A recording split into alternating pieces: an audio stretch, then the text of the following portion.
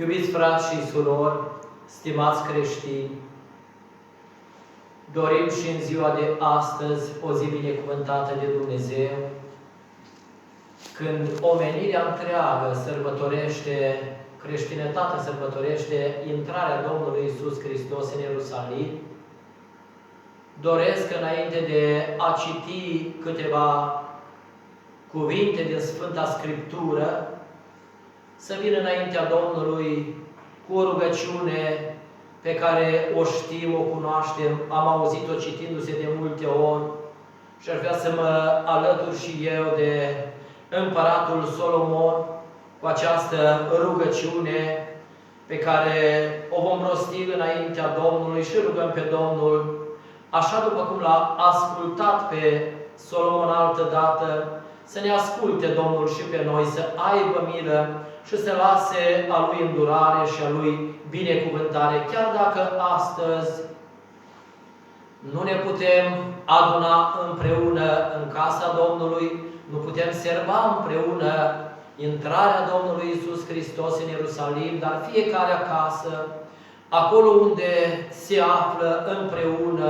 soțul, soția, copiii, îi bine și frumos să ne aducem aminte și doresc ca împreună să venim înaintea Domnului cu această rugăciune în Sfânta Scriptură, din 1 Împărați, capitolul 8, încep citirea cu versetul 23. Doamne, Dumnezeul lui Israel, nu este Dumnezeu ca Tine, nici sus în ceruri, nici jos pe pământ. Tu ții legământul și îndurarea față de robii Tăi, care umblă înaintea Ta din toată inima lor. Astfel ai ținut cuvântul dat robului Tău David, tatăl meu, și ce a spus gura Ta împlinești în ziua aceasta cu puterea Ta. Acum, Doamne, Dumnezeul lui Israel, ține făgăduința pe care ai făcut-o tatălui meu David când ai zis: nu vei fi lipsit niciodată înaintea mea de un urmaș care să șadă pe scaunul de domnia lui Israel. Numai fiii Tăi să ia seama la calea lor și să umble înaintea mea, cum ai umblat Tu înaintea mea.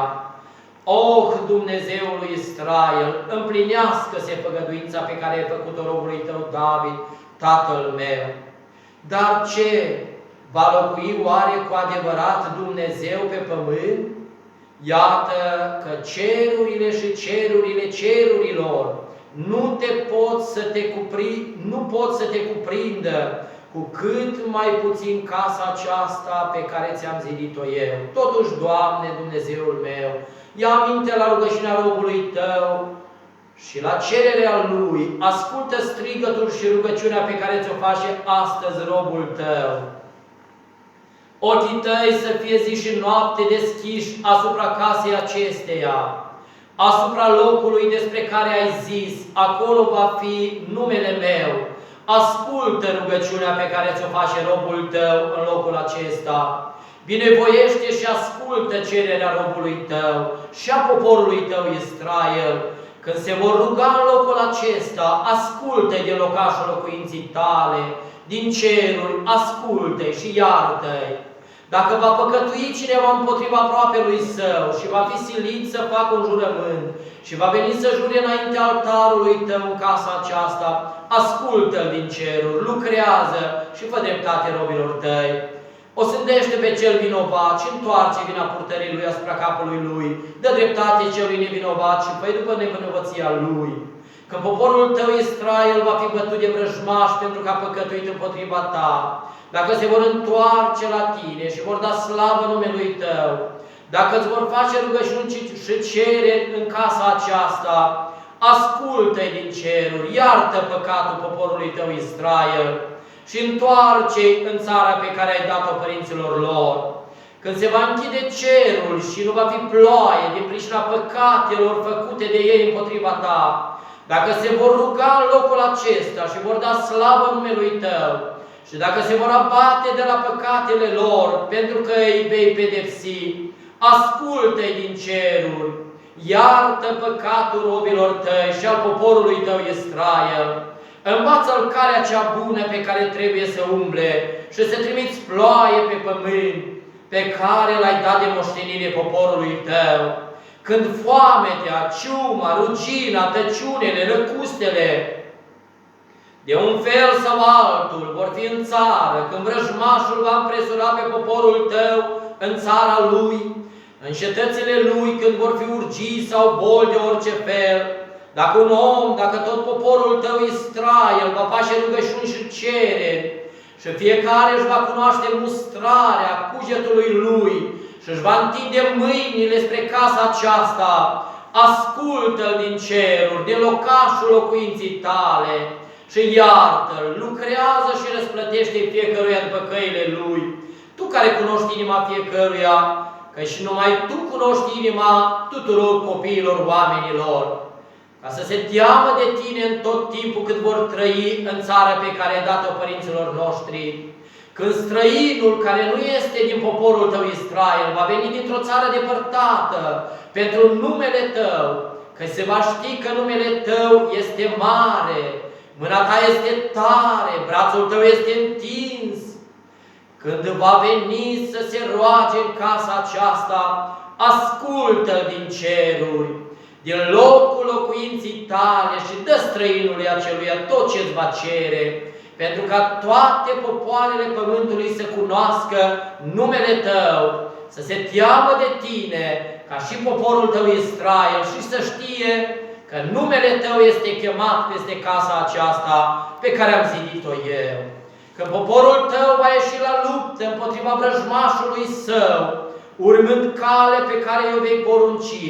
Tu, dacă vor face rugăciuni Domnului cu priviri întoarse spre cetatea pe care ai ales-o tu și spre casa pe care am zidit-o eu numelui tău, ascultă-l din ceruri, rugăciunile și cererile lor și fă-le dreptate.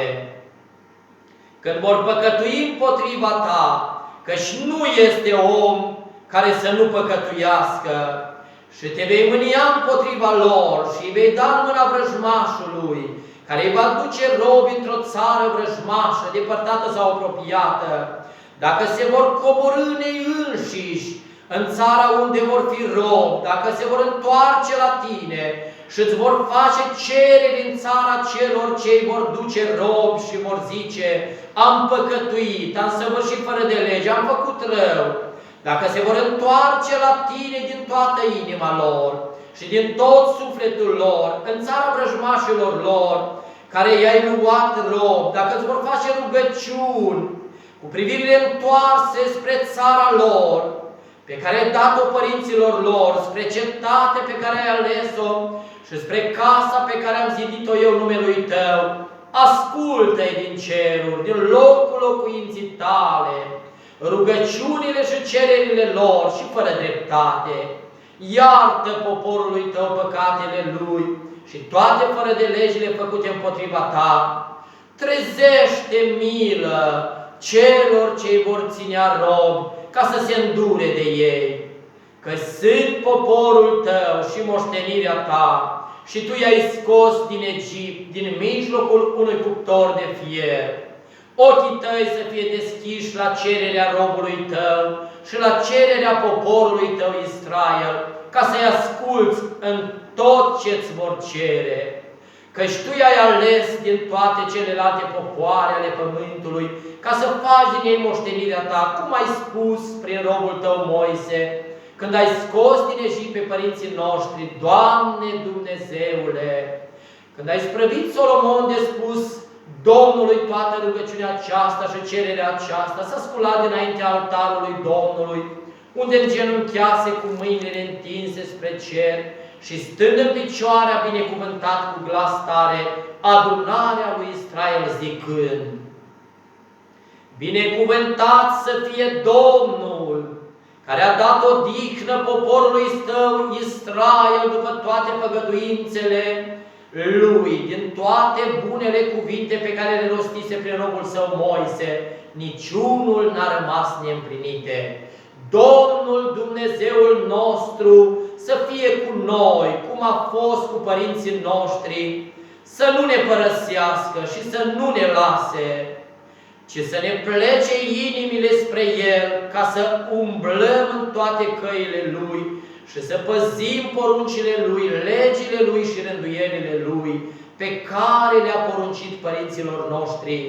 Cuvintele acestea cuprinse în cererile mele înaintea Domnului, să fie zi și noapte înaintea Domnului Dumnezeului nostru și să facă în tot timpul dreptate robului Său și poporului Său Israel, pentru ca toate popoarele pământului să poată cunoaște că Domnul este Dumnezeu și că nu este alt Dumnezeu afară de El. Inima voastră să fie în totul a Domnului, Dumnezeului nostru, cum este astăzi, ca să urmați legile Lui și să păziți poruncile Lui. Domnul să ne binecuvinteze, Domnul să ne ajute și să ne dea Domnul putere la fiecare în parte să putem păzi legile și rânduielile Domnului Iisus, cuvântul Său, care este atât de drept, atât de adevărat. Domnul să asculte această rugăciune, să o primească înaintea Lui și din locașul locuinței Lui. Îl rog pe Domnul să privească spre țara aceasta cu milă și îndurare și în mânia Lui cea mare să-și aducă aminte și de îndurările Lui. Domnul să se îndure și să privească spre localitatea Bucegea, Domnul să vindește țara, Domnul să păzească țara noastră, să păzească localitatea Bucegea. Mă rog Domnului ca El să poruncească îngerilor Săi să tăbărască în jurul țării, în jurul localității noastre, Bucegea, și să lase îndurarea, binecuvântarea și protecția Lui peste noi toți. Dorim, iubiții mei frați și surori, stimați creștini, stimați credincioși, să mai ascultăm câteva sfinte cuvinte din Sfânta Scriptură, din Evanghelia după Matei, capitolul 21, și să ne aducem aminte și noi de evenimentele care s-au petrecut cu mii de ani în urmă, atunci când Domnul Iisus Hristos intra în Ierusalim. Și spune Sfânta Scriptură în Evanghelia după Matei, capitolul 21, începând cu versetul 1, când s-a apropiat de Ierusalim și a ajuns la Betfage, înspre muntele Măslinilor, Iisus a trimis 2 ucenici și le-a zis: duceți-vă în satul dinaintea voastră, în el veți găsi îndată o măgăriță legată și un măgăruș împreună cu ea. Deslegați-i și aduceți-i la mine. Dacă vă va zice cineva ceva, să spuneți: Domnul are trebuință de ei și îndată îi va trimite. Dar toate aceste lucruri s-au întâmplat ca să se împlinească ce fusese vestit prin prorocul care zice: spuneți fiicei Sionului, iată împăratul tău vine la tine, blând și călare pe un măgar, pe un măgăruș, mânzul unei măgărițe. Ucenicii s-au dus și au făcut cum le poruncise Iisus. Au adus măgărița și măgărușul și au pus hainele peste ei și El a șezut deasupra. Cei mai mulți din norod își așterneau hainele pe drum, alții tăiau ramuri din copaci și le preserau pe drum. Noroadele care mergeau înaintea lui Iisus și cele ce veneau în urmă strigau: Osana, Fiul lui David! Binecuvântat este Cel ce vine în numele Domnului! Osana în cerurile preanalte! Când a intrat în Ierusalim, toată cetatea s-a pus în mișcare și fiecare zicea: cine este acesta? Este Iisus, prorocul din Nazaretul Galilei, răspundeau noroadele. Iisus a intrat în templul lui Dumnezeu, a dat afară pe toți cei ce vindeau și cumpărau în templu, a răsturnat mesele schimbătorilor de bani și scaunele celor ce vindeau porumbei și le-a zis: este scris, casa mea se va chema o casă de rugăciune, dar voi ați făcut din ea o peșteră de tâlhari.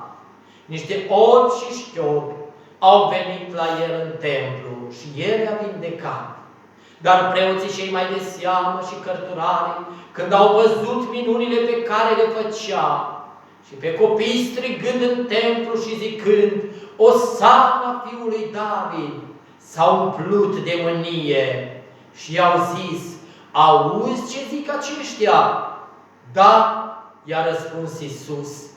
Oare n-ați citit niciodată cuvintele acestea? Tu ai scos laude din gura pruncilor și din gura celor ce sub. Și lăsându-i, a ieșit afară din cetate și s-a îndreptat spre Betania și a rămas acolo. Amin. Iubiții mei, frați și surori, stimați credincioși, iubiți creștini, oameni buni, sărbătorim această sărbătoare astăzi, dar am dorit să nu rămânem doar la această sărbătoare și sărbătoarea aceasta să o sărbătorim doar cu mese înbelșugate, doar cu diferite băuturi, doar cu diferite, știu eu, distracții, ci am dorit să ne aducem într-adevăr aminte, căci înainte de patima Domnului și Mântuitorului nostru Iisus Hristos, Fiul lui Dumnezeu, trimis în lumea noastră, pentru ca să ne răscumpere din păcatele și fără de legile noastre, Domnul Iisus Hristos a intrat în Ierusalim și a fost întâmpinat de mulțimea de noroade din acele vremuri, cu laude, cu osanale, strigând înaintea lui atunci când intrau. Și nu după multe zile tot aceiași oameni, aceleași noroade, strigau la moarte, răstignește-l, răstignește-l.